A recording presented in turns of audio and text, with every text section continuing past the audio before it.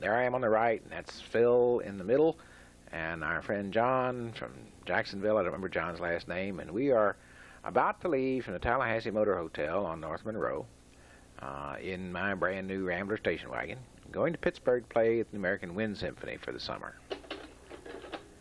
And here we are at our first night stop. Phil took this picture, John and I. This is in Hendersonville, North Carolina. And here we are along the Blue Ridge Parkway. Again, the colors have shifted on these slides. A view from the parkway. This is the Grandfather Mountain. We're just beginning to climb the mountain. We're about to start up the road. You go up to a parking area between the two peaks. And this is a scene up at the top in the parking area.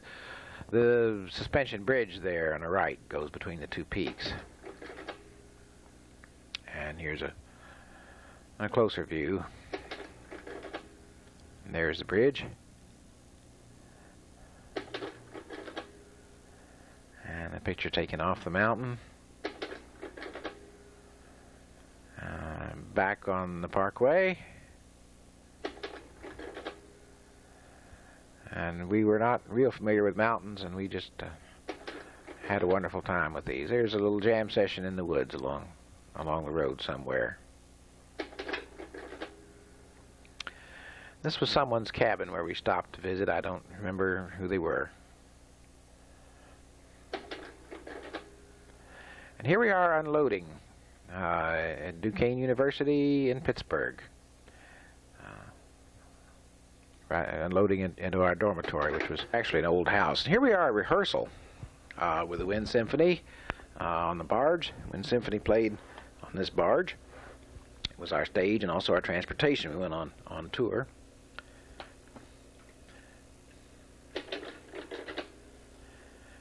And there's the front of the dormitory. And here we are back at the barge. We're at what is now called Point Park. And there were bridges at that time. Those bridges are long gone. There were bridges very close to us. And here we are the night of the first performance. They didn't have a gangplank for us, and so they had to take us out to the barge. They had to pull the barge back away from the shore, and then to get us there they used the city fireboat. And here's a scene of the shore as it appeared from the barge during the day. Notice in the background there's the mountain across the Monongahela River with buildings along top of it. And there's some of our group, the bassoon section, mostly. Phil Posey there to the right in the white shirt with his arms behind him.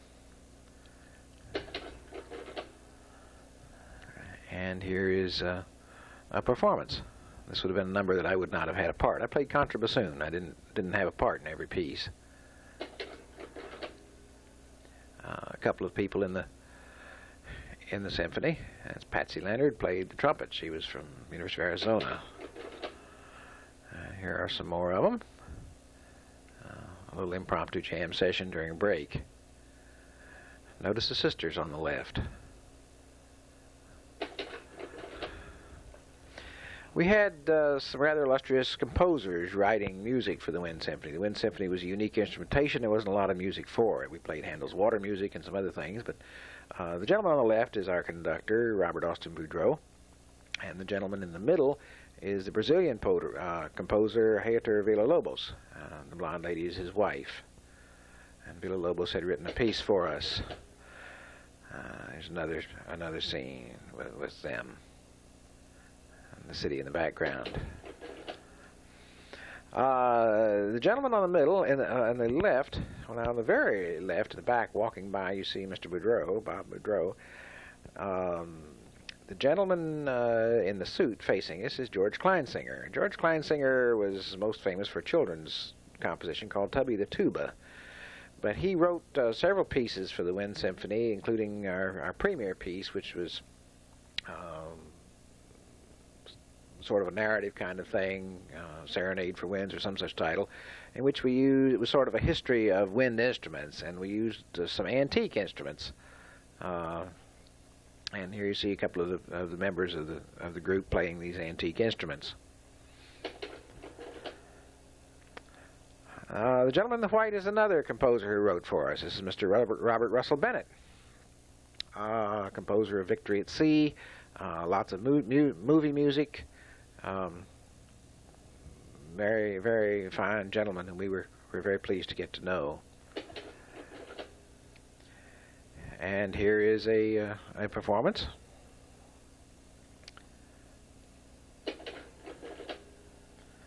On the barge. This is an evening performance, of course.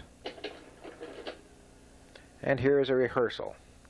Now, we're not on the stage because we're rehearsing for musical comedy, a show, musical play. And that's some of the cast sitting up there on the stage. This is called The Mermaid in Lock Number 7. And it was about Pittsburgh. It was written by George Kleinsinger. It was sort of popular idiom. Pittsburghers having a great deal of civic pride, really liked this show. It went over very well, and it was entertaining.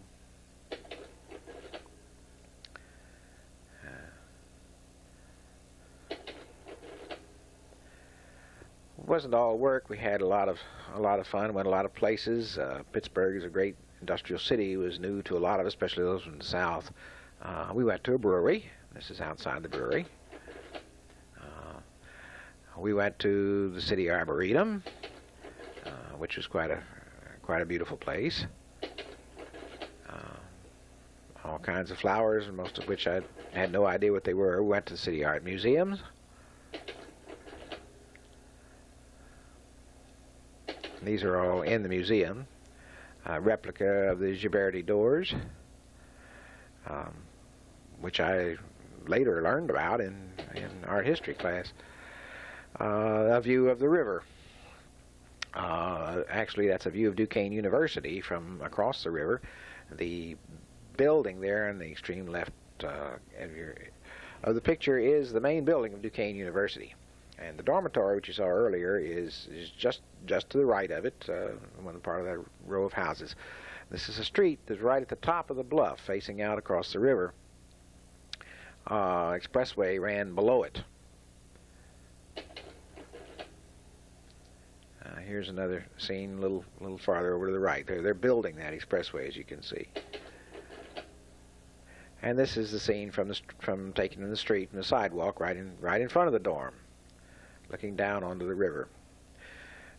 Pittsburgh at that time had begun to clean up its act, but it was still a pretty smoky place. Is on another day from about the same spot, but looking the other direction, looking downstream. It's Mount Washington and crossing the other side. This is the Liberty Bridge, and at the end of it you can just see the end of the tunnels. It's called the Liberty Tunnels, or the Liberty Tubes. It goes under the mountain. And here's that a similar scene at night.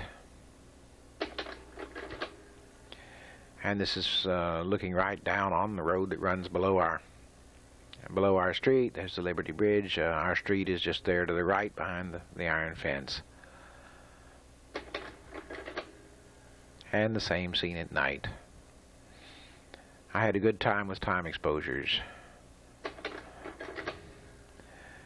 Sunset at the point. The barge was was very close to these bridges, and while we were playing our concerts, the traffic was going back and forth. They had plank floors, and the planks banged and rattled under the traffic. It was rather distracting. We liked to, during rehearsals, we would whistle the theme from the Bridge Over the River Kwai, Colonel Bogey March, and threaten to blow up the bridge. Mount Washington across the river has an incline railroad that commuters use. Actually, it's not a tourist attraction. People use it for transportation, but we'd go over there and go up the incline to the top of the mountain and look out across the river at the city. This is a very smoky, cloudy day. looking back up the river. That first bridge is the Liberty Bridge, as you see there. Looking across at the city, the main downtown section. Another scene. This is on a better day from down at water level, probably from out on the fireboat. And this is a picnic in the park with Phil in the red shirt and some of our other friends.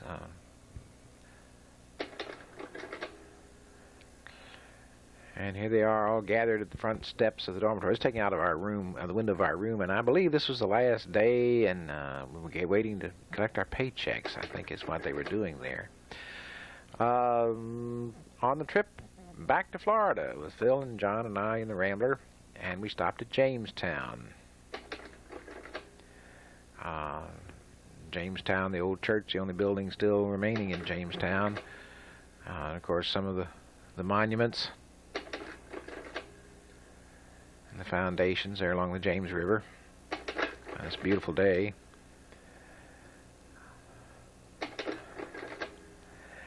Replicas of the ships that brought the settlers,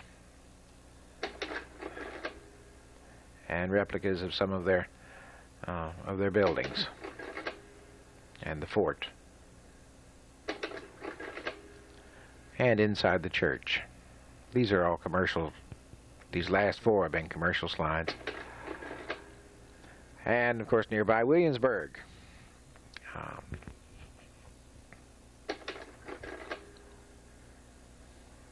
If you've been to Williamsburg, these are familiar scenes, and they don't look that much different. This is in the grounds of the governor's mansion, the maze, the formal gardens. End of the road. In this case, it was in Jacksonville, and we were unloading John's things here. And this looks like my Aunt Lillian's house. I must have let him off here. 8:59. I lived at home with my folks in Miami while I taught music at Madison Junior High School. This was a picture taken of my folks on a trip that we made up through the central part of Florida. This was up Route 27, a souvenir stand and juice stand along Route 27, a place called Pismo Beach. Went to Cypress Gardens. And Cypress Gardens, in many ways, looked a lot like it does now. The water ski troop is a bit smaller. They don't do quite the fancy things. Remember, this is 1959. And they certainly do quite more spectacular stunts today. Think of the huge pyramids that, if you've been to Cypress Gardens, that you've seen them do. This was really pretty modest. Now we're at Daytona Speedway. And this is 1959, February. This would have been the first Daytona 500 was being run, and that year at the Oval. Previous to this year, they'd been in the beach. And we weren't there for the race, but we were there for practice. And we're out in the infield, and you can see some of the cars running. This was the year of the great tail fins, the great the big Chevrolet and Oldsmobiles with the big tail fins. Thunderbirds. The white car there looks like a 59 Chevy that I can't quite tell what the other one would be. Be an older model.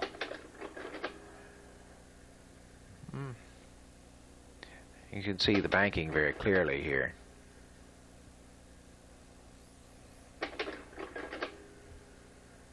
There's a tunnel that goes gives access to the infield, or did at that time. I suppose they still have that kind of thing. Haven't been there since. That looks like a Thunderbird. Thunderbird won that year, I believe. Summer '59 was back to Pittsburgh. And this slide's in terrible condition, but it's a bright, sunny day on the river. I was back for my second season with the American Wind Symphony. Looking down at Point Park, you can see the bridges rather well. We would be just on the other side of the point there, and playing on the barge again in this my second year of the Wind Symphony. Actually the third season for the Wind Symphony itself. And there's a familiar barge. The name of the barge, by the way, was Point Counterpoint. And there's Mr. Boudreau with rehearsal. The Sprague was one of the big paddle wheel excursion boats, stern wheelers. Forerunner of boats like the Delta Queen that we have on the rivers today that have those wonderful cruises. But the Sprague was kind of dinner and dancing kind of boat, and she generally was had been an old steamer on the river. She had not been built for that purpose. At that time, 1958, 59, there were still a few of the old stern wheel paddle wheelers. I don't know who the owner of the Rolls Royce was, but I thought it was interesting. One of the things we did that summer was a trip to Philadelphia. The son of Saul Schoenbach played bassoon with us. Saul Schoenbach was first bassoonist of the Philadelphia Orchestra. I don't remember the younger Schoenbach's name. That's him standing there on the left in the orange shirt, and Phil in the foreground. This is a rest stop along the Pennsylvania Turnpike. This is Diana Butler. This was another friend from Florida State who joined us this year. John wasn't with us this year, but Diana was. This was another one of our fun excursions to a steel mill, which was really quite new to most of us, and seeing how the steel was made. Really quite a hot and dirty kind of operation.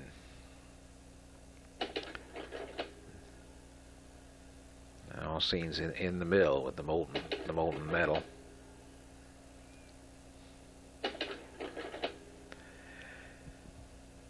The conclusion of the year was our tour, the Wind Symphony's first tour, with the barge down the Ohio River as far as Cincinnati.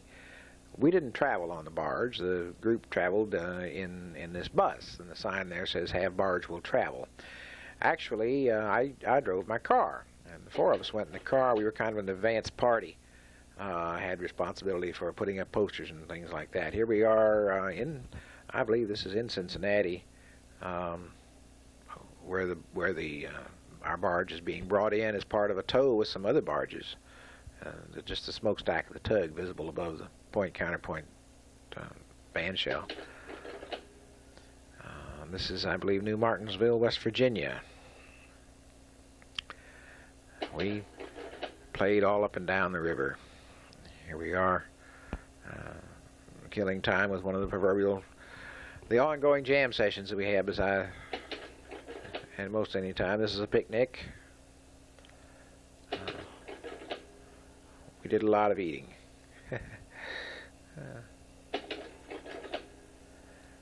And these were the three folks who traveled with me in the car. Diana and Phil, and I don't remember the other young lady's name. This is at a state park, probably in Madison, Indiana. Yes, this is Madison, Indiana. We spent several days, and this is looking out over the Ohio River. Really rather pretty country there. This is at the end of the tour in Cincinnati, where we were all saying goodbye, and Phil's about to leave us with his folks' car there on the left. They came to get him.